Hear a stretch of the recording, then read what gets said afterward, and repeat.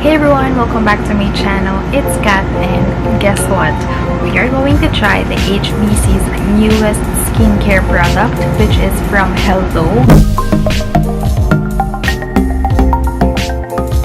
If you guys are new to my channel, hello, my name is Kath, and thank you so much for clicking on this video. I hope you can join my family by clicking the subscribe down below and the bell beside it so you'll be notified every time I post new videos. And of course, I hope you can follow me on Twitter and Instagram and even on Facebook at kathirinco. Alright, so as you can see, medyo dewy-dewy ang aking face, and yes, this is my bare face, so wala na akong makeup, nag-remove na ako ng makeup, and of course, I'm gonna show you guys how I do that with these products. But let us first talk about the product. So I have the facial wash, facial cleanser, miracle night cream, and the day cream. Super affordable lang nila and super nice ng packaging. Ang ganda ng packaging, kaya talagang mapapabili ka at mag-curious ka kung ano ba itong mga product na to. And of course, it's skincare, so why not give it a try?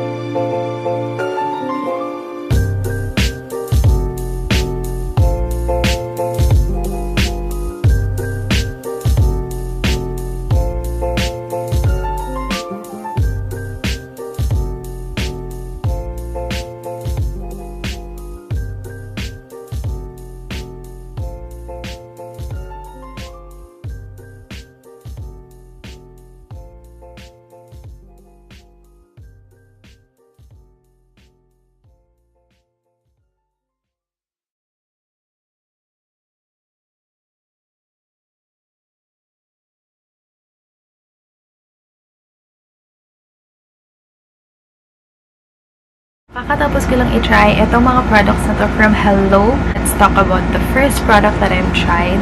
Hello Facial Wash, and sabi dito, Hello Facial Wash helps remove deep-seated oil and dirt. It helps dry up and remove pimples, blackheads, and whiteheads. It is also formulated with vitamins B5, B3, and E, giving your skin a healthy glow.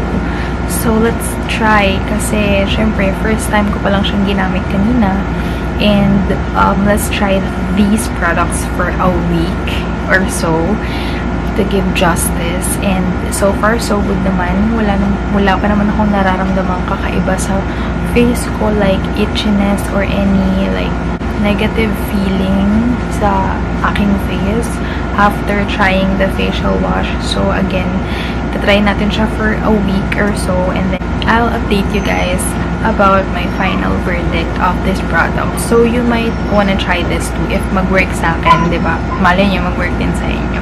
Ito naman, let's talk about the next product that I used after kung mag-wash ng face. Tinry ko tong Miracle Facial Cleanser, and sabi dito, lightens skin in 7 days. So, kaya nga 7 days natin siyang itatry. Ang masasabi ko naman dito sa facial cleanser, so I know, facial cleansers, talagang medyo matapang yung amoy nila, at yung iba talagang matapang siya pag in-apply sa balat, kaya dahan-dahan lang ang pag-a-apply.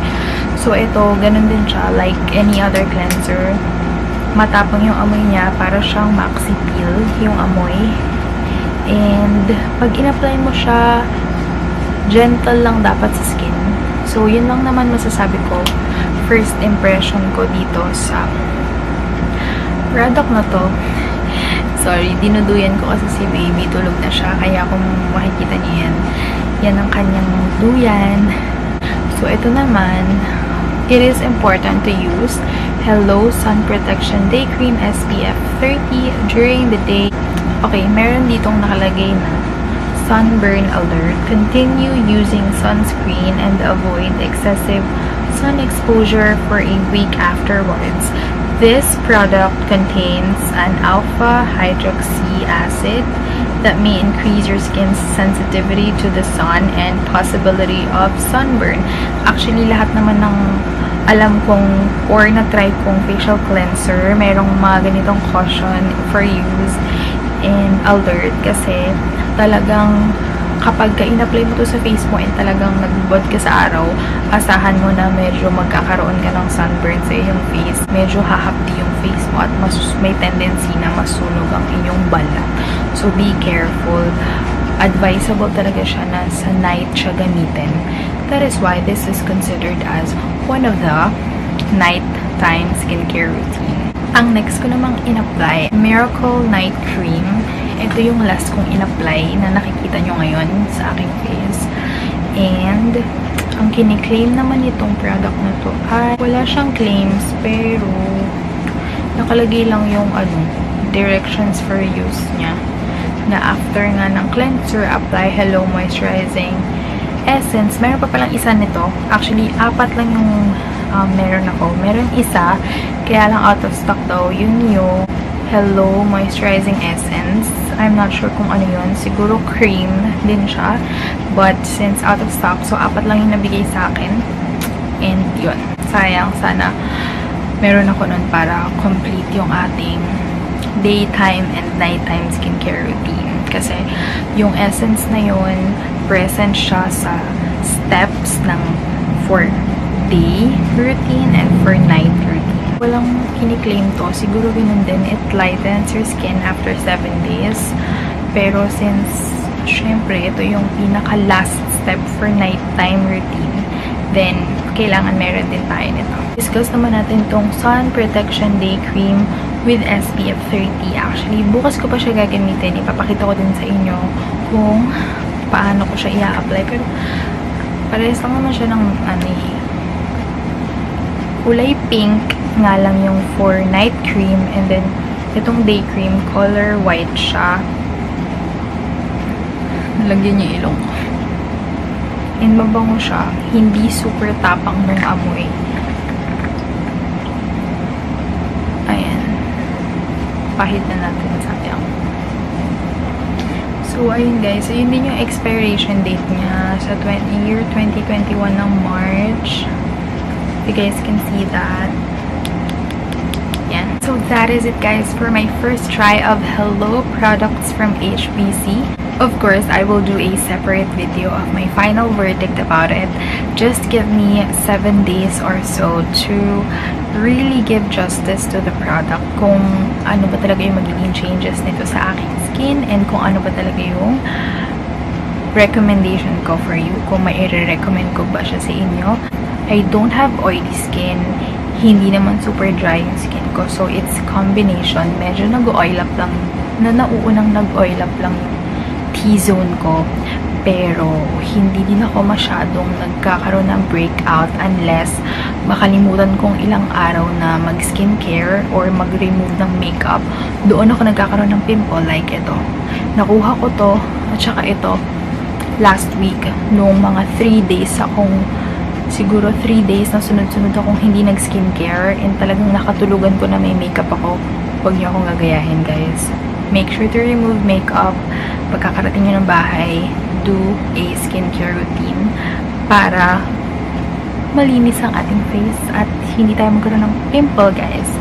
So, I'm not really sure kung talagang nakakatanggal siya ng pimples kasi kiniklaim nga niya na it removes pimples then at the same time or acne. So, I'm not sure. Tingnan natin kung anong magiging status ng ating dalawang pimples sa aking face in 7 days. And of course, I will do a separate video of my nighttime routine and yung daytime routine ko ng skincare. For this video, shinare ko lang sa inyo yung aking first time na paggamit nitong Hello products from HBC and you might as well try this. So again, each product retails for less than $100. So, try nyo na din kung gusto nyo. Kung naghahanap kayo ng affordable skincare, then might as well go to any HBC and try this Hello product. So that is it for my video, guys. Thank you so much for watching, and if you do like it, please click thumbs up and comment down below what do you think about this video. And of course, follow me on my social media accounts, that's Twitter and Instagram, and even on Facebook at kathirinco. And don't forget to subscribe to my channel for more videos and product reviews. Thank you so much for watching, guys, and see you on my next one. Stay confident. Bye, gorgeous.